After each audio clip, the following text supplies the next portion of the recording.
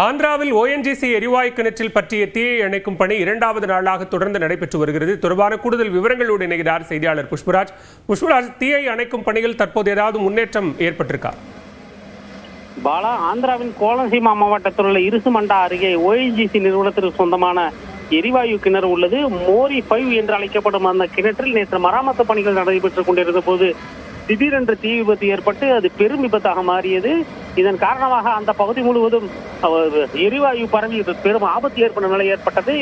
இது பற்றி தகவல் அறிந்த ONGC அதிகாரிகள், மாவட்ட நிர்வாகம் ஆகியோர் விரைந்து சென்று சுற்றுவட்டார பகுதிகளில் இருக்கும் 3 கிராமங்களைச் சேர்ந்த 300 குடும்பங்களை காலி செய்து அருகிலுள்ள வேறு ஒரு ஊரில் பள்ளியில் தங்க வைத்துள்ளனர். இந்த நிலையில் பற்றி எரியும் தீயை அணைப்பதற்கான பெரும் முயற்சிகள் நேற்று முதல் தொடங்கி நடைபெறுகின்றன. தீயை கட்டுப்படுத்தி அணைக்கும் முயற்சியில் 15க்கும் மேற்பட்ட தீயணைப்பு வாகனங்களும் ONGC அதிகாரிகளும் தீவிரமாக ஈடுபட்டுக் கொண்டுள்ளனர். ஆனால் கடந்த 24 மணி நேரமாக தீ சுமார் 60 அடி உயரத்துக்கு கொழுந்து விட்டு எரிந்து கொண்டிருக்கிறது. அதை கட்டுப்படுத்தி அணைப்பதற்கு தேவையான தொழில்நுட்ப ஆலோசனைகளை வெளிநாடுகளில் உள்ள நிபுணர்களிடமிருந்து பெறுவதற்கான முயற்சிகளிலும் அதிகாரிகள் ஈடுபட்டுள்ளனர். இந்த நிலையில் ஆந்திர முதல்வர் சந்திரபாபு நாயுடு தீயை அணைப்பதற்கு முன்னுரிமை கொடுத்து செயல்பட வேண்டும் என்று மாவட்ட அதிகாரிகளுக்கு உத்தரவு பிறப்பித்துள்ளார்.